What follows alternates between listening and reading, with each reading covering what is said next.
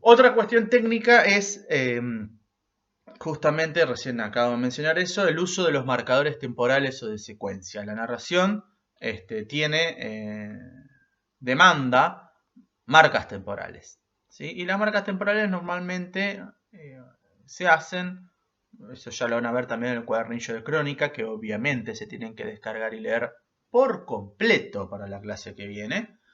Em, las marcas temporales, les decía, son, por ejemplo, se construyen a través de los conectores. ¿Mm? En primer lugar, en segundo lugar, en tercer lugar, o conectores o términos que sirven para ordenación de tiempo. Pasó tal cosa, luego tal otra cosa, después tal otra cosa. Bueno, eso obviamente lo que nos va marcando es sucesión de los hechos. Antes de hacer el gol, Carlitos vio que el arquero estaba adelantado. ¿Sí? Eso, fíjense que en esa sola oración hay un juego temporal. ¿Sí?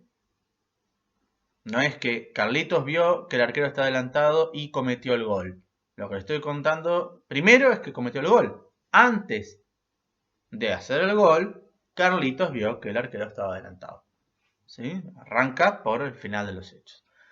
Es una oración. No es una oración sola, no es una narración, pero sirve como ejemplo. Bueno, esos son algunos marcadores temporales o de secuencia. Ustedes lo van a encontrar enumerados muy detalladamente dentro del cuadernillo crónica. Obviamente que ya les dije, descárguenlo y léanlo por completo para la clase que viene. Otra técnica dentro de la narración tiene que ver con, y acá es a donde justamente se pone un poco híbrida la cosa, con cómo yo voy a introducir la voz de los personajes. ¿Por qué digo que se pone híbrida? Porque en el momento que yo introduzco la voz de los personajes, yo hago esa introducción y ahí ya hay una secuencia dialógica. Es decir, ahí ya cesa de existir la narración y empieza a existir como secuencia el diálogo. ¿Recuerdan las secuencias? Narración, descripción, exposición, explicación, argumentación, diálogo. 5. El diálogo se puede incorporar de muy diversas maneras.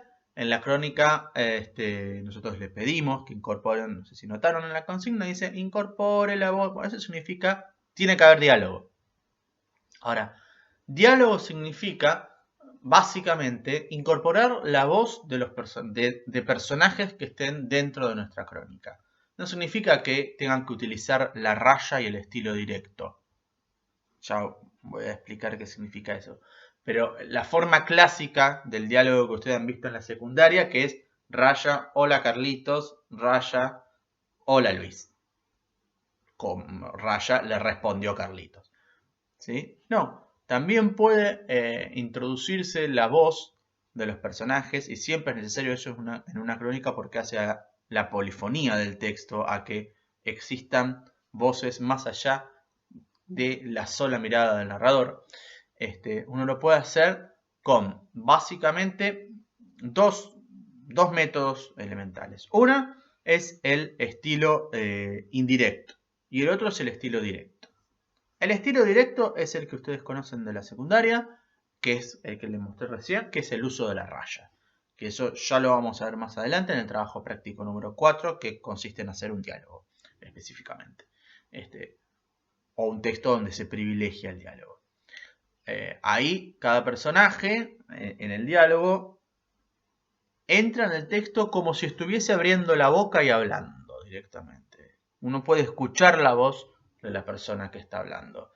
En ese sentido, yo, para leer diálogos, nadie construye los diálogos como Hemingway cuando hace los cuentos.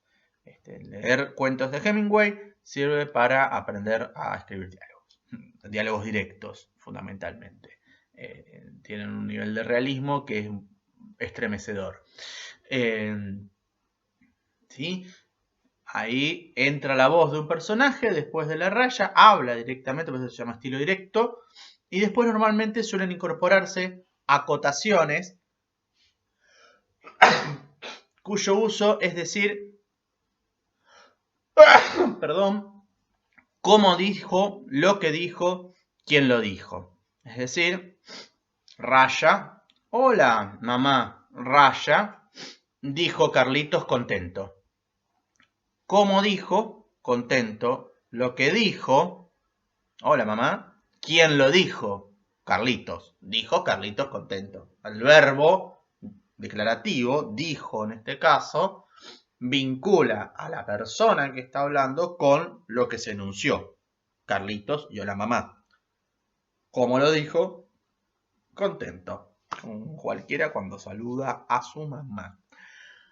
El estilo indirecto, que es el que normalmente se recomienda para la crónica, tiene que ver con la incorporación de las voces de los personajes dentro del texto narrativo. Hay dos maneras. La primera, que es la más clásica, es la utilización de comillas. ¿Sí? Carlitos dijo que, comillas, el gol que hice ayer fue lo fantástico, lo más fantástico de la tarde, comillas, punto. Entonces, no se utiliza la raya, viene dentro de la narración, y el entrecomillado lo que hace es decir que esa porción de texto fue exactamente literal, de manera literal, lo que dijo el personaje. En el caso de la crónica, lo que está entre comillas es literalmente lo que dijo alguien que está en el lugar de los hechos sobre los cuales ustedes están haciendo la crónica. Es una declaración literal. ¿Sí? Otra manera de incorporar la voz dentro del estilo indirecto es el estilo indirecto más libre, digamos, a donde uno lo que hace es parafrasear lo que dice la persona, ¿sí? En este caso sería, por ejemplo, Carlitos dijo que nunca le pasó, que lo más fantástico de la tarde fue cuando metió el gol.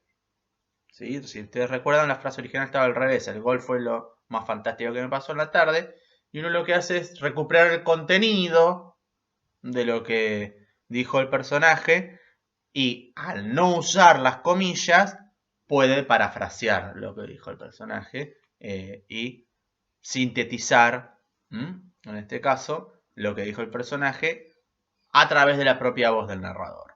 ¿Sí? Ahí la voz del narrador chupa la voz del personaje y solo deja quizás el contenido de lo que dijo sin la literalidad de lo que dijo. Bueno, estos son algunos de los elementos que tienen normalmente cualquier tipo de narración. La crónica es fundamentalmente, más allá de que sea híbrida, es fundamentalmente, por eso se llama crónica además, una narración. Así que es algo que ustedes tienen que tener en cuenta. Después vamos a ver específicamente en la próxima clase cuáles son las características propias de la crónica como narración.